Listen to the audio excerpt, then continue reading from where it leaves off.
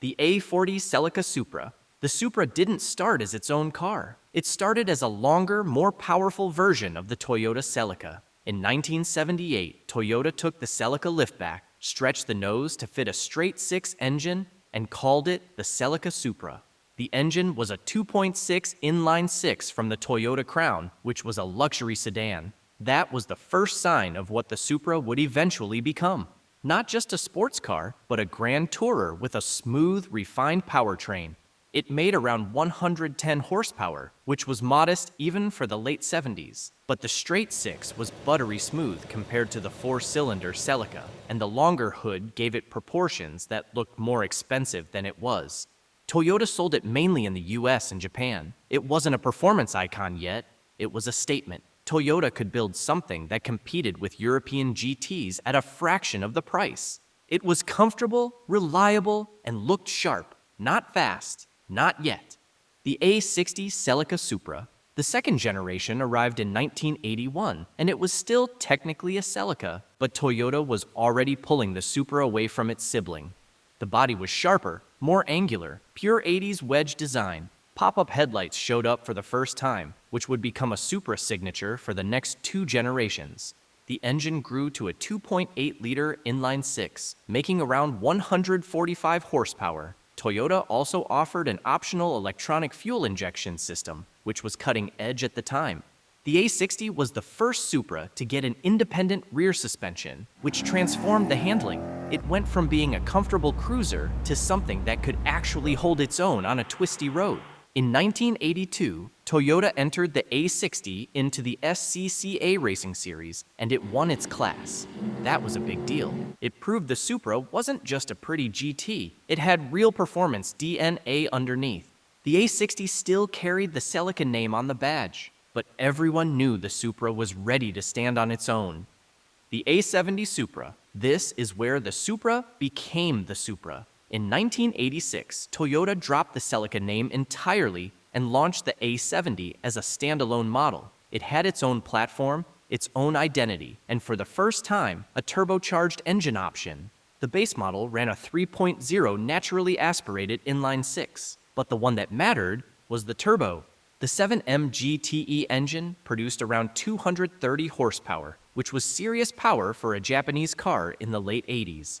The A70 was bigger, heavier, and more luxurious than any Supra before it. Leather seats, digital dash, automatic climate control. Toyota was pushing it into grand tourer territory, competing with cars like the Nissan 300ZX and the BMW 6 Series. But it could also be configured as a track weapon. The Turbo A was a limited homologation special built for Group A racing. Toyota only made around 500 of them. It had a harder suspension, lighter body panels, and a more aggressive turbo setup. The A70 was also the first Supra to get a Toyota-designed turbo inline-six that would eventually evolve into one of the most famous engines in automotive history. That engine wasn't in the A70, but the foundation was being built. The A80 Supra, the one that changed everything. When Toyota launched it in 1993, they weren't just making a sports car, they were building a legend. The design was radical, rounded, muscular, with a massive rear wing and flowing curves that looked like nothing else in the Toyota lineup. The chief designer, Isao Suzuki, spent years in wind tunnels refining every surface. The drag coefficient was just 0.31, which was exceptional for a car with that much visual presence.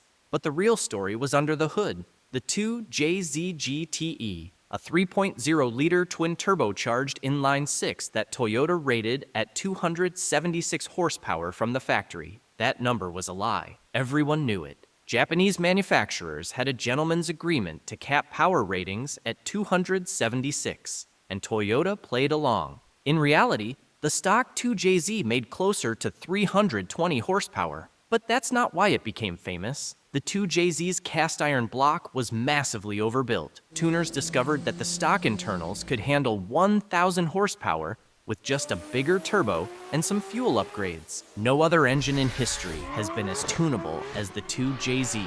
It became the heart of the import tuning scene.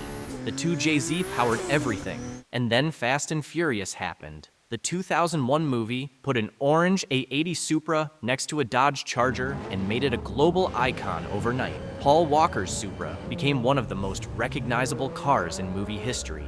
Toyota stopped production in 2002. For 17 years, there was no Supra, but the legend only grew bigger in the silence. A clean A80 Turbo now sells for over $150,000. A90 Supra. After 17 years of silence, Toyota brought the Supra back in 2019 and immediately started a war. The new Supra was developed in partnership with BMW. It shared its platform with the BMW Z4, and the engine wasn't a Toyota inline-six. It was a BMW B58 3.0-liter turbocharged unit, making 335 horsepower. Purists were furious. The Supra was supposed to be a Toyota. The 2JZ was supposed to be irreplaceable. A BMW engine felt like a betrayal. But here's the thing. The B58 is a genuinely excellent engine. It's smooth, responsive, and tuners have already pushed it well past 600 horsepower. The chassis is balanced, the weight distribution is near perfect 50-50, and the car is smaller and more agile than the A80 ever was. Toyota eventually added a manual transmission option in 2023 after years of fans demanding it. The 6-speed manual transformed the car. It went from being a fast, competent coupe to something that actually felt connected in the way people wanted. It also got a limited edition, the A91 MT, with unique styling cues and the manual gearbox. Toyota only made a few hundred for the US market. Is it a real Supra? That's still the debate. But the people who actually drive them tend to stop arguing pretty quickly. It's fast, it handles brilliantly, and it sounds great doing it. Whether the badge matches the engine is a question for forums. On the road, the A90 speaks for itself.